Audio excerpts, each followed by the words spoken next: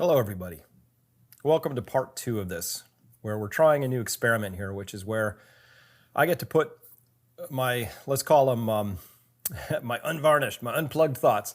They have to come out here now behind a little bit of a wall. So thank you for registering. If you just registered to come in and watch this, we're very careful with emails and all that stuff, but we just have to be sure that the people who are watching this are actually real people. And we want to be able to control our message just a little bit because the censorship has gotten really crazy and out of control. We've had a lot of conversations behind the scene. I've talked with a lot of content creators, people who are creating content that you would think would be not offensive at all and wouldn't be subject to the ban hammer.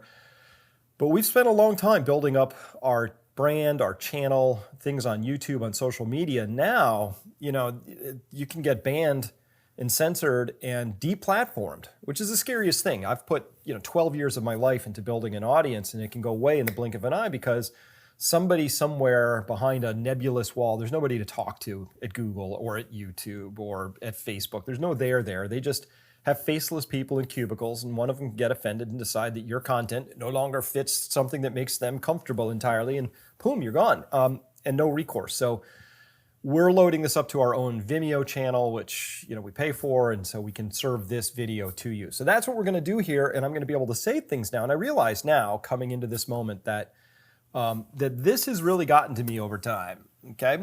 And that I have been self-censoring, and I don't like the fact that I've had to say Dwizabin instead of what I want to say, right? Which is hydroxychloroquine, and now I can feel it. The ban hammer's coming down on this stuff right here.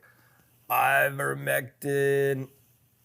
Because just having a little fun. Gonna have more fun back here too. Because it actually works. Full stop. There is a war on truth. Well, let me get that slide up here right now. Let's see what we can do. Yeah, there's a war on truth. And it's killing people and it's hurting people. And I don't know who's doing it. Is it the pharma companies? Is it just egos? Is it a sclerotic, broken medical system that desperately needs a full reform? I don't know, but I'm hearing every single day from doctors who are some of the most critically acclaimed people in the world in their field saying they can no longer speak out around things because the stranglehold on information is that tight. And this comes down from the NIH. Everybody who sits on that NIH review panel that has decided that there's no outpatient treatment, there's no outpatient treatment that's currently recommended. Go home if you have COVID-19 symptoms and have some chicken soup. They don't even tell you that. They're just like, go home. And if you feel worse, which you probably will, come on back to the hospital, right? That's awful. That is killing people. It is really harming people. It is maiming people because even if you don't die, there's a good chance 20, 30% of people who come out after serious symptoms, after just any symptoms in the hospital, have some form of long-haul consequences. 80% of people with severe COVID come out with long-haul consequences of some kind. That could include ruined lungs that need transplanting, destroyed kidneys that need replacing, heart damage that can't be fixed. It's just, that's where we are, and it's really awful. So yeah, that's why we're back here behind the paywall, because now for some reason we no longer live in the land of the free. We have this Bill of Rights. It talks about the First Amendment, that it was so important to people once upon a time because they understood, because they just broke through and out of the tyranny of living under a king, where again you could be beheaded because you dared to say the king's clothes looked ugly or whatever. They didn't like that. They wanted self-rule. So the First Amendment, the very first thing that goes into the Bill of Rights, what's the first thing? The most important thing, because they set a prioritized list. They're like, well, let's get this out. Congress shall make no law. Yeah, it's all about free speech. Congress shall make no law forbidding the free speech, the freedom of speech. So that's the first thing. It's the number one thing. But they didn't technically say anything about Congress forgetting to not remove the monopoly status of giants like Google and Facebook, which are feasting on public money, by the way, feasting on it. Because does Google operate its own fiber optic networks? No, we paid for that. Taxpayers paid for the infrastructure of this country. Google now has a near monopoly on the flow of information across those same networks, our networks, your networks, the networks of whatever country you're listening to this from. And yet they claim, oh, we're a private company, so we can do whatever we want. It's a little nebulous once you hit utility scale as to whether That's really your company or not. I'd be, as a taxpayer, I'd say, fine, Google, go ahead and run your company however you want, but you can't use my telephone poles and my airwaves anymore. Not yours, right? See how they like that, right? So at any rate, it gets a little awkward there. So what are we going to talk about today? We're going to talk about ivermectin. We're going to talk about a treatment that if we were actively using this right now, if as prophylaxis, it's more than 90% effective at blocking the transmission of COVID from person to person, according to all the data we have. So again, everything I'm going to talk to you about here today is backed up by science, data. And if the data changes, I'll change my opinion. But right now, I've got data. More than 24 studies all saying the same thing about ivermectin, of varying qualities. But when you sum them up, it's the real deal. Okay, but I get emails like this kind of daily, so I'm hiding everybody's names here as best I can. It says here, in other news, your ivermectin really works. Look, I can say that word on my own site. Ivermectin. Feels good, doesn't it? Your ivermectin really works. Both Blank and I got COVID, and I was over it in about 4 days, and it was really no big deal, pretty much like a normal cold. So this person who's writing, I'll just generally in the 60s, okay? So this is that to give you an age range somewhere of this person. I credit getting the terrain in order. So this is making sure you've got your vitamin D, your selenium, your B complex, whatever you're taking. Make sure you've got, especially the vitamin D, if your terrain is prepared. So he credits the terrain in order and ivermectin with the surprisingly mild symptoms. Wish now I'd gotten it months ago so I could get on with my life. And that's the point. That's why I'm doing what I'm doing here. If we had ivermectin and everybody was using it, we could get on with our lives. We don't have to wait for what's a pretty dodgy vaccine. By the way, I'm going to do a future thing again behind this reg wall. We call it a registration wall. So you have to register to get back here. Thank you for registering, by the way, and coming back here. We're going to talk about this vaccine because lots of doctors and qualified people are starting to become very concerned about that. I'll translate all of that data for you, and we'll talk about it. Get on with my life. Below is a post I made on Peak Prosperity shortly before I got my test results back showing the cold I thought I had was actually COVID. I took the highly accurate 99% test too. So somebody with confirmed COVID took ivermectin, symptoms magically clear up, because that's how it actually works. It works, if it's going to work, it works within 24 to 48 hours. Typically, people notice an immediate improvement that way. I just took the horse paste, ivermectin horse paste, because this is what people are having to do. People who cannot get quality, can't get a doctor to prescribe it, are doing this. And so sometimes you got to do what you got to do, especially when you live in the land of the free. As I was having some cold, flu-like symptoms after some recent air travel in a packed plane, every seat filled on a United flight, I originally requested the human version of ivermectin from my doctor. He reluctantly complied, but only gave a minimal dose for 2 treatments, cost approximately $50, and took the first treatment last night and already feel much better. Today I picked up 4 tubes, this horse paste for $5 a tube at our local feed store. And at any rate, worked out how many doses to give and all that. And by the way, that information's all out there. I don't want to cover that right now. I'm getting these emails from all over. Here's one from Canada. It says, greetings from Canada, where I teach economic and business and visit your site as frequently as I can. Outstanding commentary on the FLCCC, which are the group of doctors, the frontline COVID critical care group. I watched Dr. Kory's Senate testimony and immediately began to research ivermectin. It is available as a prescription here in Canada, but would never be prescribed for C19, in my humble opinion.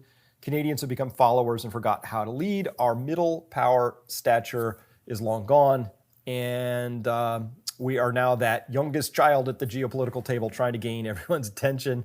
Sadly, many of our politicians and media are living in a vortex of confusion in the cosmic ether, and the economic cataclysm that is unfolding will render our children little hope of the same lifestyle we enjoy unless a pragmatic and cogent economic plan is promoted by woefully indebted nations. And Canada is the global leader in personal, non-corporate, and government debt as a percentage of debt to GDP. Hey, welcome to first place, Canada. Good to have you there on something.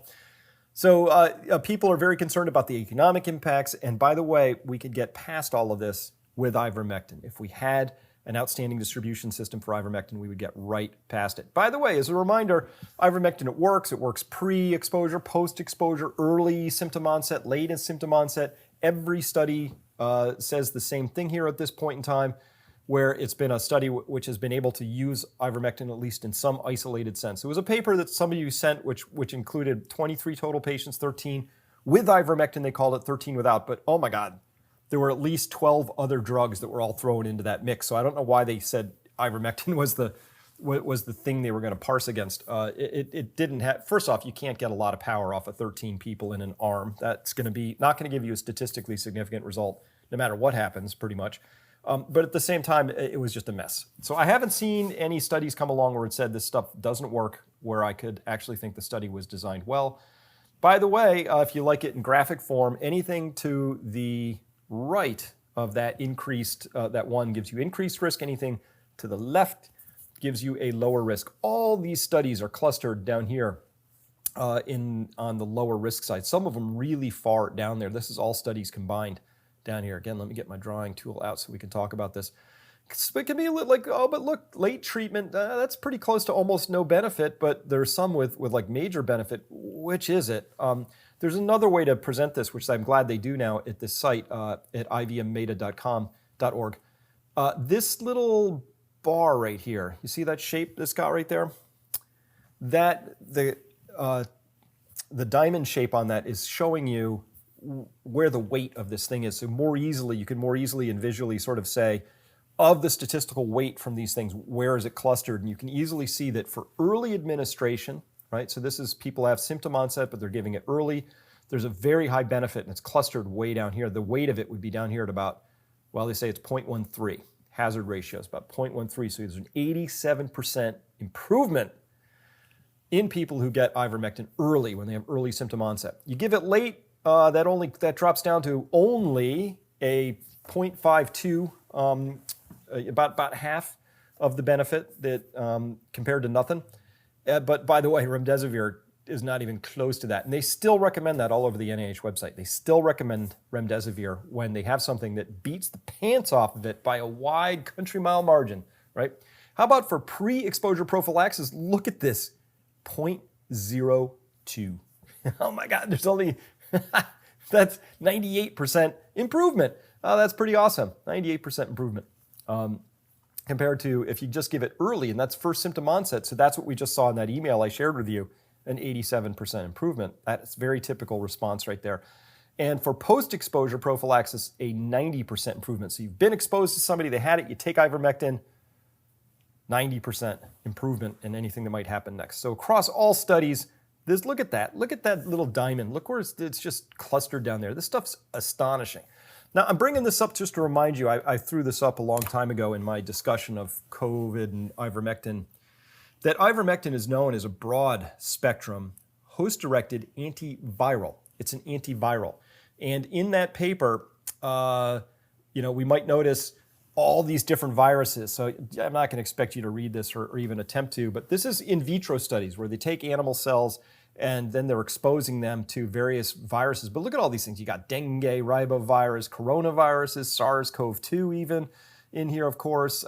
You've got your alpha viruses, you've got DNA viruses, pretty much all the viruses. It has some antiviral effect. So we know it's an antiviral, which means, remember in that New York Times piece like we talked about, I think it was last week sometime. Yeah, it was last week.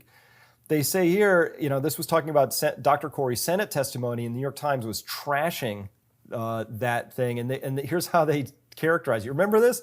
This is just from last week. Two others, won't name Dr. Kory by name because then you'd find out that he's actually part of an accomplished group of critical care specialists who have over 2,000 combined publications between them. Just an astonishingly accomplished crew.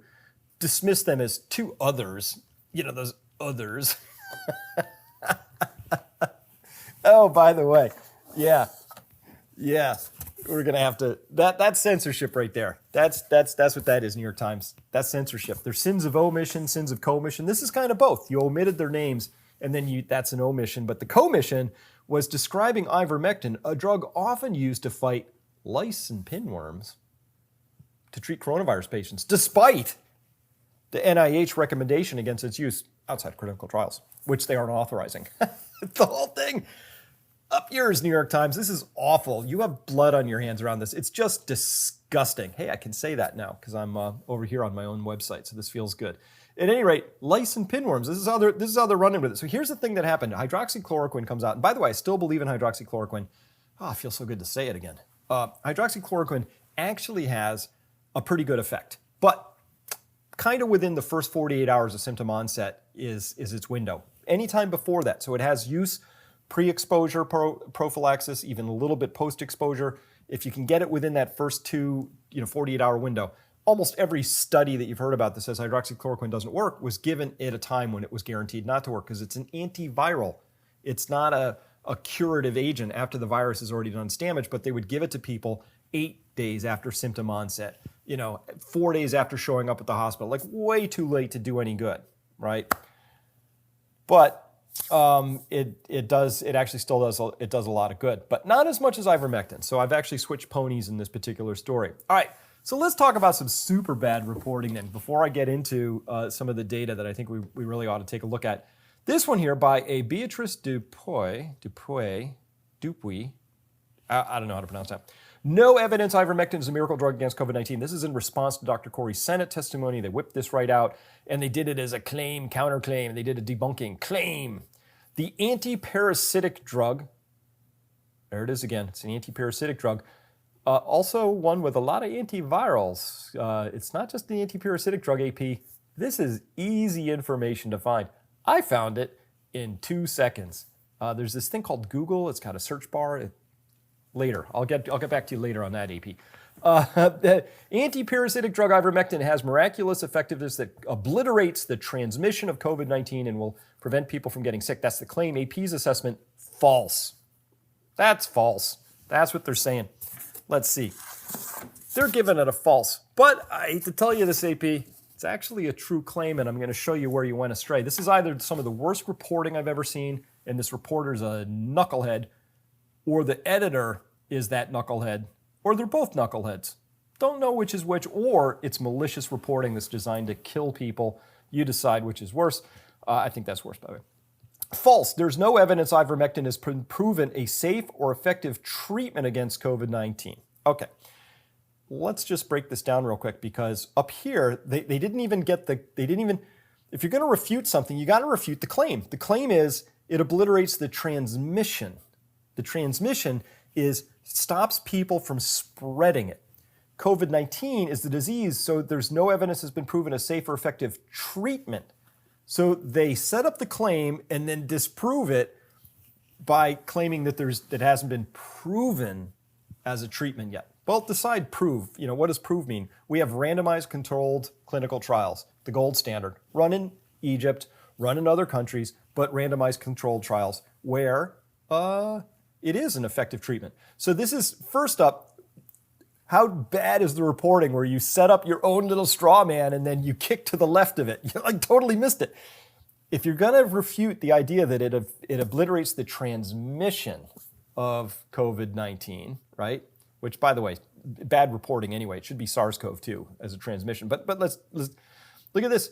If you give it as pre-exposure prophylaxis, 0.02, it's a 98% blockage. I would say that's pretty much obliterating the transmission of COVID. But if you're going to set that up, Beatrice, if you're going to set that up, and then you can't do that. It's like you're saying two different things here, and it's really bad. It's awful. It's just terrible. How could you get this so wrong? Beatrice, I looked you up on Twitter.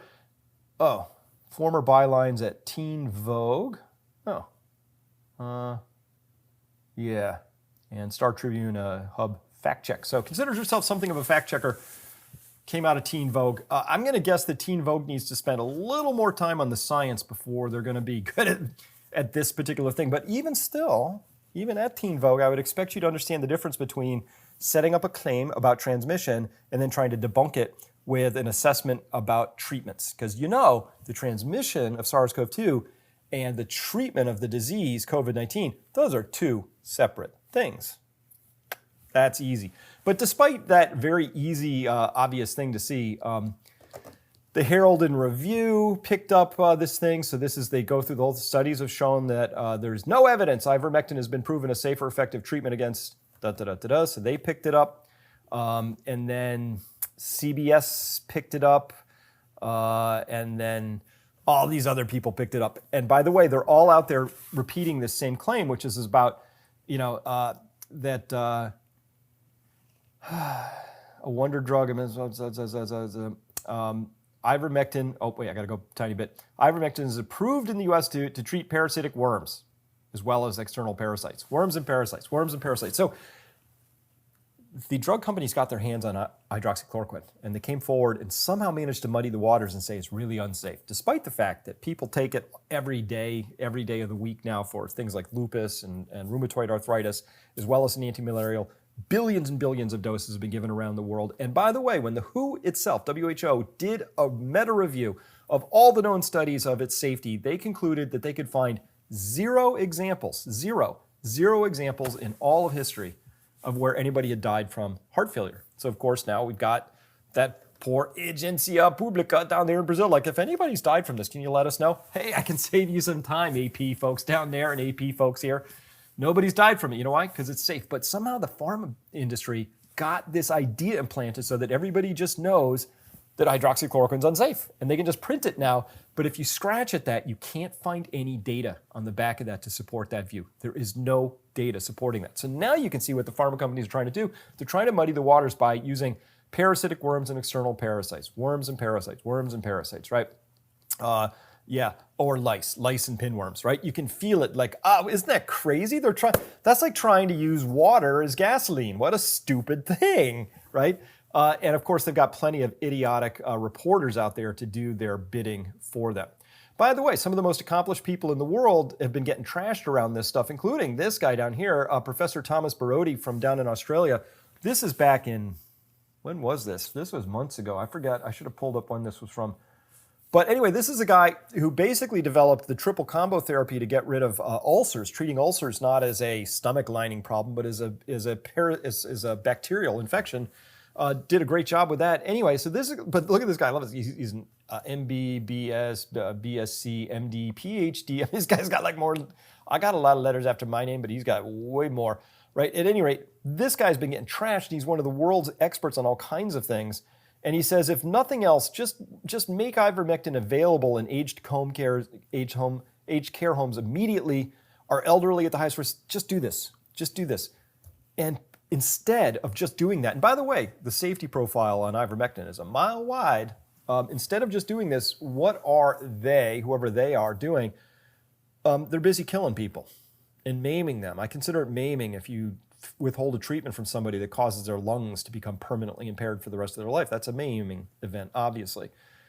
So this is really crazy stuff over here, and this is like some of the most accomplished people are out there saying, hey, this stuff really works. And so it's happening. We're seeing this trashing happening in Brazil, obviously. It's happening in Australia. It's happening all over the United States. It's happening all over Europe. These are the places that are very busily trashing ivermectin. All right. These are your true authorities on ivermectin, though. As far as I can tell, it's a frontline COVID-19 critical care alliance. They're amazing, amazing groups of people. Notice here, if you have a sharp eye, you'll see that that's a Vimeo player. You know why? Because YouTube took down their own, the FLCC's YouTube video on Dr. Kory's Senate testimony. They took it down. So they had to put it back up, just like we're doing right here. You'll notice you're on a Vimeo player right now. This is what we're having to do. That's why you are here at my site instead of out there in the free open public talking about the science. And what is the science? The science is really strong. By the way, if you go to that website, which I've pinned out here, COVID19criticalcare.com, you see it down there, COVID19criticalcare.com.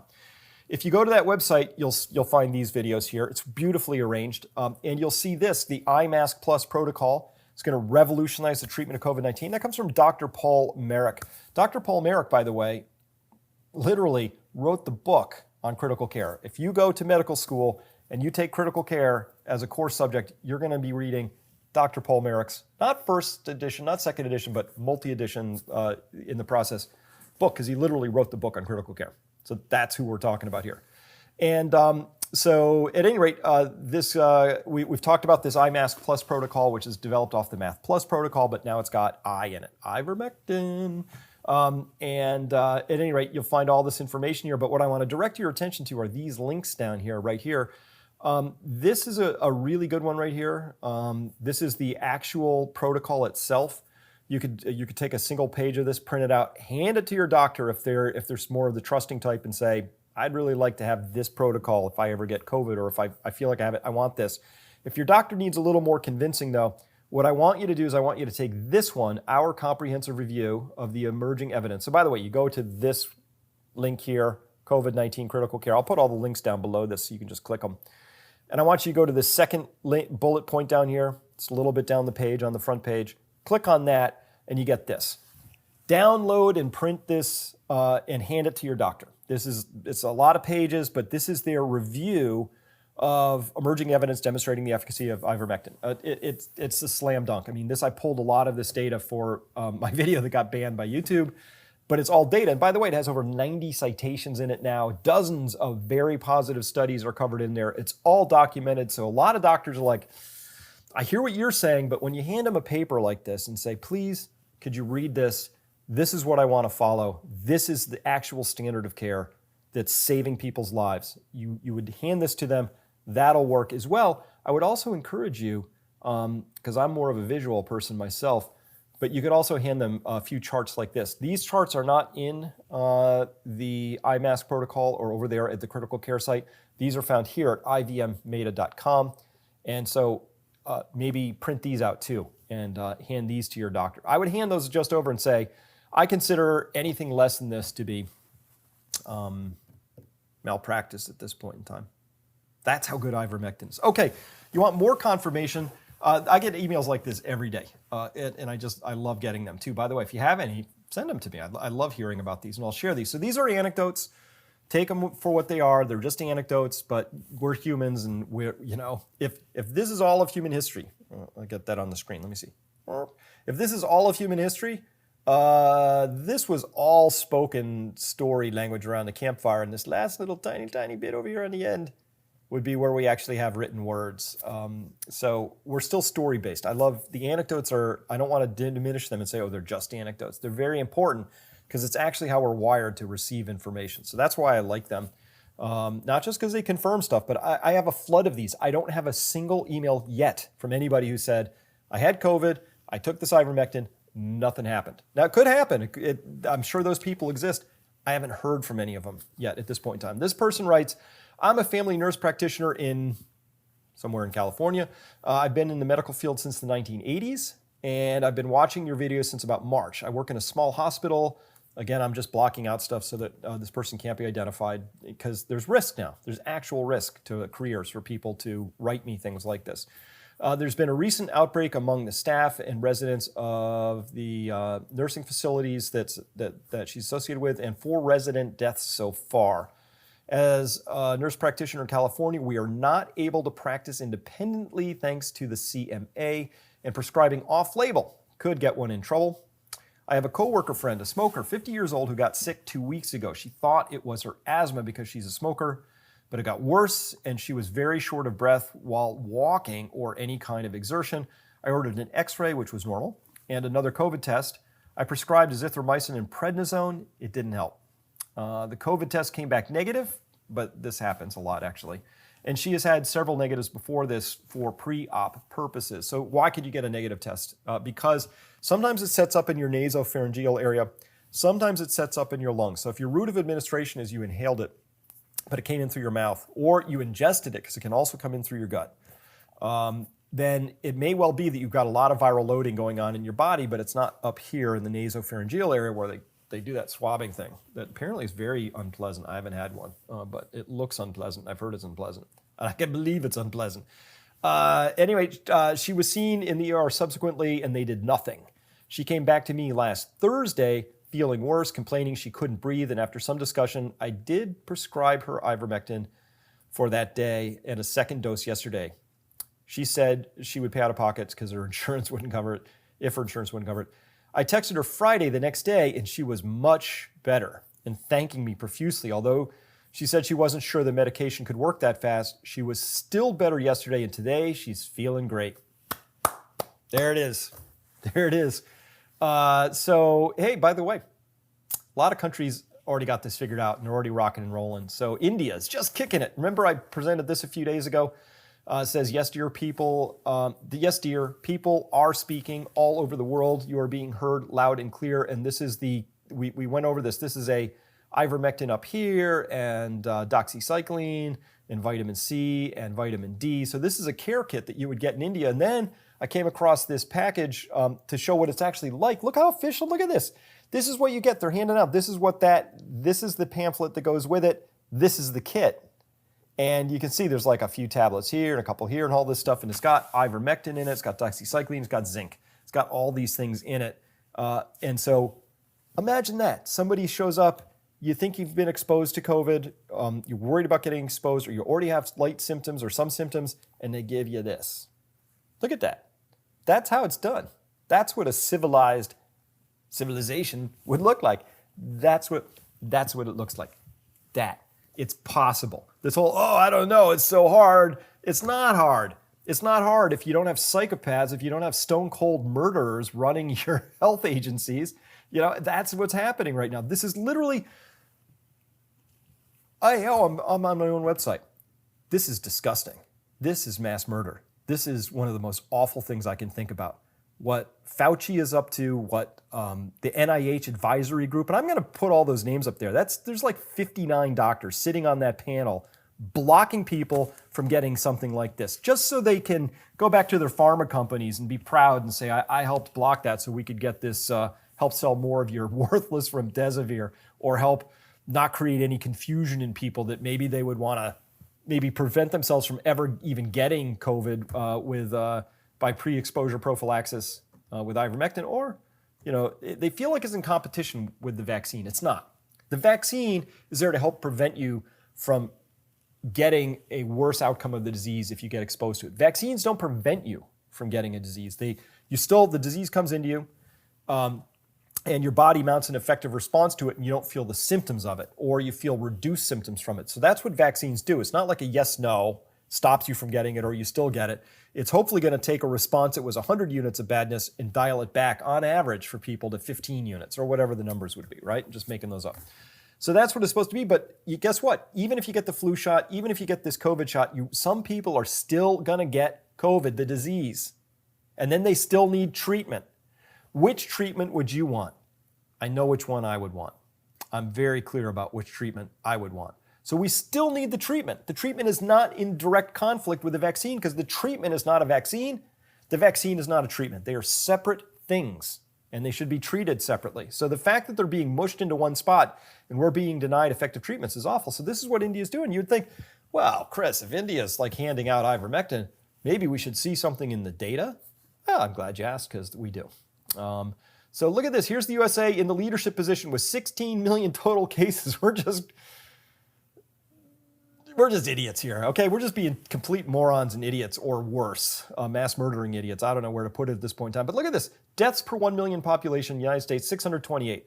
The shining city on the hill. The best medical system in the world. 928 deaths per million population. Then you got India down here in the number 2 position, because of course they have 1.3 billion people, or 1.4 now, I would guess, closing in on that, whereas the United States has a population of 320 million. So they have 1 billion more people, and just over half the cases of the United States. That's part one. It's all slums and terrible medical system over there. But look at this.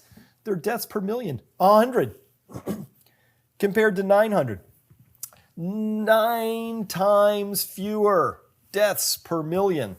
Why? I don't know. What reasons could there be? How is it, too, that it's not okay to be talking about this out in public? How is it that this and this, how is it that these are things right now in my country? And what are we going to do about it? Because it's awful. All right. As well, that's just India's experience with this, but somebody went out and cooked all the numbers and took a look at, is COVID-19 prophylaxis a lower incidence associated with prophylactic administration of ivermectin? So they went through and dug through all that data and said, well, if we group countries by do they administer ivermectin or not, what do we see? And you see something that looks like this. they're doing a treatment with ivermectin. These are all the countries down here, and here's their incidence. That's cases per, this is on the case basis. So again, remember Dr. Kory said this obliterates transmission, so you get fewer cases. And that's what the AP fact-checked and debunked. Way to go, Beatrice. Awful, awful work. Shameful work. Really bad. Yeah, that's just, maybe Teen Vogue needs you back. I don't know, but that was awful. At any rate, countries that don't have any sort of treatment here, and others that do have a little bit of treatment, there's only 3 countries on this one, so that can't take much out of the green. But you can clearly see that there's a big difference between countries with ivermectin. If we took the median, countries without ivermectin, the median's way up here. So doesn't look good. And by the way, there's a lot of countries down here.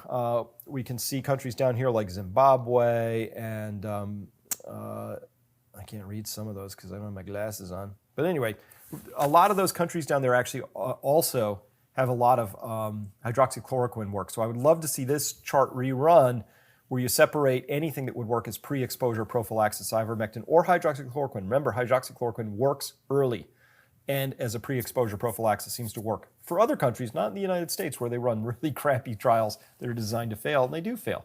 Who knew? But at any rate, I think there's a reason why you have a lot of countries actually clustered down here. So I think the countries that are running neither HCQ or ivermectin, my theory, my hypothesis would be it would have a very bad number way up here because it wouldn't be lowered by all of these down here. All right, so that's the whole country data. So now you kind of got to do what you have to do. Remember I told you about that nurse practitioner in California, and she treated that woman in her 50s? She wrote me that email a few days ago. This morning I got another email which says from her saying, hey, I treated myself with the horse paste on Sunday because of an atypical headache that was similar to a migraine but wouldn't go away, going on 2 weeks of coming on and off, plus new onset of eye burning or pain. I woke up yesterday with symptoms, 50% relieved. Eye pain gone, headache, waxed and waned all day yesterday, much less today, still no eye pain. I take my second and final dose this evening. I've been taking all the other supplements since March. I have an awesome immune system. If I get sick at all, everyone around me is dying. Slight exaggeration. COVID symptoms are so varied. I will let you know if I hear anything good from our county PhD. Thank you so much for all you do. By the way, that eye thing, that's just cropped up. So this is an early symptom I want to alert you to. Remember, we've had a lot of the other early symptoms. This is a new one, and I really want to raise this up because it says now up to 83% of evaluated individuals indicated that their ocular symptoms began within 2 weeks of their other COVID-19 symptoms. So it's actually one of the earlier things that people report: dry eyes, itch, pain, not just necessarily the pink eye or the conjunctivitis, that if you feel sort of an eye symptom, like there's just something wrong, itchy, all that, that's actually one of the earliest symptoms that they've identified now that's popping up. All right. So somebody else I know pretty well came down with COVID and then wrote me because I checked in. I was like, hey, how you doing? And they also decided to self-medicate. And they said, actually, the improvement began on Sunday. Saturday was a drag, consistent temp near 102, had the first dose there on Saturday. Sunday was still a temp of between 99.5 and 100 all day, so it's coming down. Ate the second cracker, put a little horse paste on some cracker on Sunday afternoon. Yesterday had minimal fever all day, but was still taking Advil to control it. Today, no fever at all yet. And we'll see how I do with reduced or no Advil. Very tired still, but in the absence of any other symptoms, the lingering fatigue is the only current issue. Maybe it's anecdotal, but I'd be feeling better regardless. Always possible. But I've no doubt that the ivermectin made the difference. I'm only on day 8 as of today. Thanks again for all your help. I've been certain to let everybody know at what a great friend and ally you are. So again, this isn't medical advice. I'm not telling you what to do, but I think you do what you have to do. If you can get ivermectin legally and above board, absolutely do it. Do it. And if you can't, you got to do what you got to do sometime and to protect yourself and your loved ones and all of that. And by the way, I know a lot of people who are now taking ivermectin prophylactically because the data is just so goddamn strong. I don't know what else you would do with this except to say a 98% improvement in PrEP. Would I like to have a 98% better chance of not catching COVID? More importantly, not passing it on to my mom, not passing it on to anybody else, not spreading it. Yeah, you bet I would. And if you can get it through your doctor, fantastic. But I really think it's time now to start that campaign. Where can I find this? Yeah. So go here to this website, COVID19criticalcare.com. And look at all these links if you want, but take this second link right here and go ahead and take this link right here, this one, and print it out. Hand it to your doctor if they're not already on board. We need to do a grassroots movement, and we need to make sure that this is spread as far and wide as possible, because we can not only, let's not just wait for the vaccine. It's time to go forward and take this by the horns and do what we need to do, because, by the way, and whoever's behind this, that you are taking, pharma money or whatever the issues are, so that you feel the need to censor stuff that is this powerfully effective. Shame on you, shame on everybody who does that. It's really annoying. And by the way, don't expect any help to arrive if or when people start coming forward and saying, maybe it's time for YouTube and Facebook and Twitter to be deplatformed themselves. And that's what we're busy doing. That's why you're watching this here on our own small way, but we're also going to be joining lots of other platforms to make sure that we can't be censored, because it's just too important. And this is disgusting, what we've seen happen right here. And if this is being censored, if something as obvious as this, if you can get censorship on something that's this powerful, what else are you being censored on? What else do you not know about? What other sins of omission and commission are being committed right now? Lots. That's what this channel is about. That's what this site is about. Someday I won't be talking about COVID anymore, because, hey, Ivermectin will come roaring out of the gates and we'll all have it, and people are going to be like, what? If 98% improvement, that literally translates into a 99.9 something chance of nothing bad happening. As a consequence of this thing. Maybe we shouldn't shut down our entire lives because of a 0.0 something % chance of something bad happening, because it's life. Worse things happen all the time. The flu is worse than that. It's like that. But I am thankful. I am super thankful to COVID for teaching me a lot about viruses and teaching me a lot about this whole thing, and especially to learn about the off-patent, off-brand, off-label uses for all these other drugs that are out there. I think this has opened up an exciting world of discovery. But first off, I have my life back. I have my terrain back. I'm no longer at the whim and mercy of randomly somebody sneezing and me catching things. I now have a lot more control in my life, and I like that. All right. Hey, that's all I got. Thanks for listening, and thanks for coming here to hear it. We'll be with you next time. Bye.